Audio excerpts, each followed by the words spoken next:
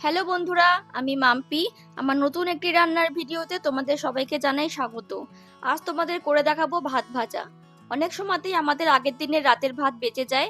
সেটা একবার এইরকম ভাবে বানিয়ে খেয়ে দেখো, আশা করি তোমাদের ভালো লাগবে।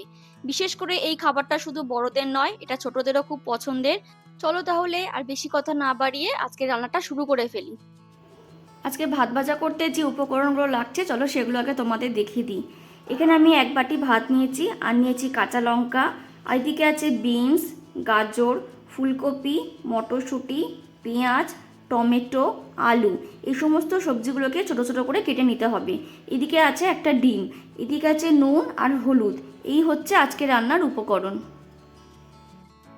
এরপর কড়াই ভালো করে গরম হয়ে গেলে তার মধ্যে সর্ষের তেল দিয়ে দেবো। আমি এখানে সর্ষের তেল ব্যবহার করেছি, তবে তোমরা চাইলে সাদা তেলও রান্নাটা করতে পারো।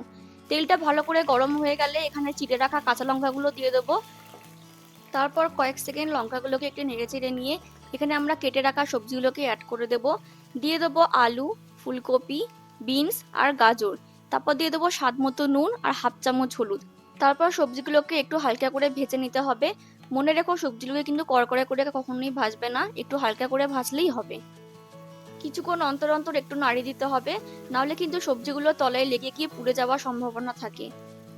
এইভাবে কিছুক্ষণ ধরে ভাজার পর যখন সবজিগুলো কিছুটা ভাজা ভাজা হয়ে আসবে, তখন এখানে দিয়ে দেবো কেটে রাখা পেঁয়াজ, টমেটো আর মটরশুঁটি। দিয়ে সমস্ত কিছু এবার ভালো করে মিশিয়ে নিয়ে আবার কিছুক্ষণের জন্য একটু ভেজে নেব। তারপর আমি আরো 3-4 মিনিট ধরে সবজিগুলোকে একটু ভেজে নিয়েছি। আর এখানে সবজিগুলো বেশ ভালো মতোই ভাজা হয়ে গেছে, সাথে সেদ্ধ হয়ে গেছে। এরপর গ্যাসের ফ্লেমটা একটু কম করে দিয়ে এখানে ডিমটাকে দিয়ে দিতে হবে। ডিমটা তো আমি কিন্তু এখানে ঘাটিনি, জাস্ট ফাটিয়ে ডিমটা দিয়ে দিয়েছি। তারপর ডিমটার সাথে সবজিগুলোকে ভালো করে একটু মিশিয়ে নিতে হবে।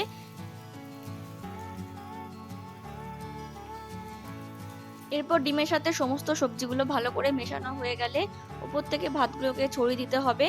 চেষ্টা করো ভাতের মধ্যে যদি কোনো ডেলা থাকে সেটা হাত দিয়ে ভেঙে দেওয়ার, তাহলে ভাতটা খেতে পুরো ঝরঝরে হয়। এবার গ্যাসের ফ্লেমটাকে সামান্য একটু বাড়িয়ে দিয়ে সমস্ত সবজির সাথে ভাতটাকে ভালো করে মিশিয়ে নিতে হবে। মেশানো হয়ে গেলে এখানে এবার তোমরা নুনটাকে চেক করে নিতে পারো। নুন যদি কম বলে মনে হয় তাহলে এখানে নুনটাকে অ্যাড করে দিতে পারো। এখানে আর কিছু করার নেই। এবার তোমরা গরম গরম এটাকে পরিবেশন করতে পারো। তবে চেষ্টা করো এটা একটু গরম গরমই খাবার, এটা গরম গরম খেতে সত্যি খুব ভালো লাগে। বিভিন্ন রকমের সবজি দিয়ে করার ফলে এই খাবারটা দেখতেও অনেক সুন্দর হয় আর খেতেও অনেক সুস্বাদু হয়। তোমরা এইভাবে একবার ভাত ভাজা করে খেয়ে দেখো, আশা করি ভালো লাগবে। এই খাবারটা শুধু ব্রেকফাস্টে নয়, ব্রেকফাস্ট, লাঞ্চ কিংবা ডিনার যে কোনো সময়তেই খাওয়া যায়।